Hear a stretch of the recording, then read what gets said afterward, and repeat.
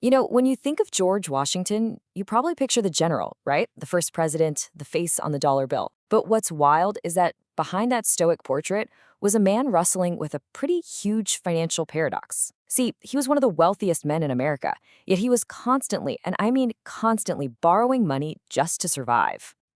And that really brings us to this one central, almost unbelievable question.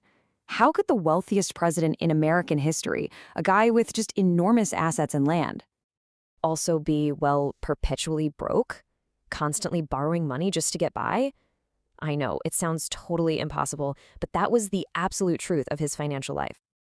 And just to put this into perspective for you, Washington's net worth, adjusted for today's economy, is estimated to be almost $600 million. That's an astronomical sum. So the big question is, where did all the money go? this is what we're calling the $500 million paradox. And to really understand the man and the nation he built, we have to unravel this financial mystery. This whole thing really comes down to one key economic idea: asset rich, cash poor. It's a simple concept, really. Washington's wealth wasn't just sitting in a bank account. It was all tied up in things he couldn't easily spend, like land. So let's dig into how this paradox actually played out in his personal life. It's this incredible story of being unbelievably wealthy on paper, but constantly struggling to make ends meet in reality. Okay, this slide just lays out the contradiction perfectly. On one side, in the assets column, you see this immense wealth, over 50,000 acres of land, 316 enslaved people, even the largest whiskey distillery in the entire US at the time. But then you look at the other column, the liabilities, and it's a different story. Crushing British taxes, constant personal debt, and businesses that were totally neglected while he was off fighting the war. His assets were massive, sure, but his debts were immediate and they were relentless. And you can just feel the frustration in his own words here. He's writing about the tobacco trade with Britain, and he's basically saying, hey, how is it that I'm sending you all this stuff and I'm getting almost nothing back in return? It's a little mortifying, he says. You can tell he really felt squeezed, just like any other farmer trying to turn a profit. So what specifically was draining his cash? Well, for starters, just try to imagine British taxes eating up 3/4, 75% of your income. On top of that, his beautiful plantation at Mount Vernon suffered from years of neglect while he was off leading the army. And here's a really key factor. On principle, he refused to sell enslaved people, which, while it prevented the separation of families, it also meant a huge portion of his assets just wasn't providing any liquid cash. But here's the thing. Washington's personal money problems, they were basically a tiny version of a much, much bigger crisis. Because when he stepped into the presidency, he inherited a nation that was, for all intents and purposes, completely and utterly bankrupt. This timeline, wow, it just paints such a desperate picture. In 1778, his army at Valley Forge was literally starving.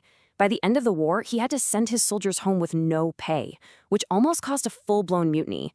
And then, when he becomes president in 1789, he's handed a federal government with no money, no credit, and no stable currency to speak of. I mean, the stakes could not have been higher. The entire American experiment was right on the edge of financial collapse. The rest of the world was watching, and you can bet most of them were betting on failure. How in the world do you build a nation on an empty treasury?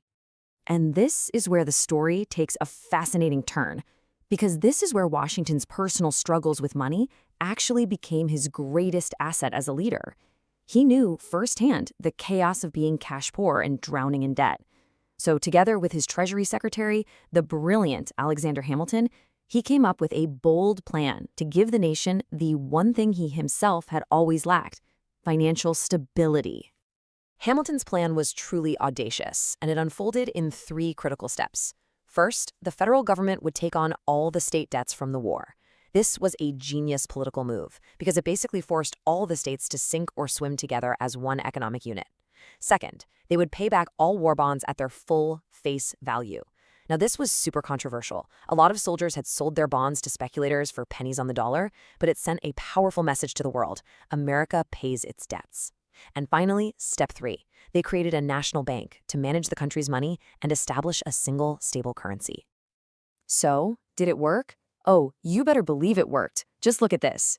In the decade after these policies were put in place, the U.S. economy saw an average annual growth of nearly 10%. That's not just good, that is explosive growth. They didn't just stabilize the economy, they lit a fire under it. In the end, Washington's leadership transformed the United States from this fragile, debt-ridden little country into a credible, serious economic partner on the world stage. And that new stability? It acted like a giant magnet, attracting all the foreign investment that would fuel America's growth for the next 100 years. It's just a remarkable turnaround, isn't it? Born from one man's personal struggle and a whole nation's crisis. And it leaves us with a really powerful question to think about. What is the true price of building a nation's economy? It took sacrifice, it took bold risks, and maybe most importantly, it took a leader who understood from his own empty pockets just how important a sound financial foundation really is.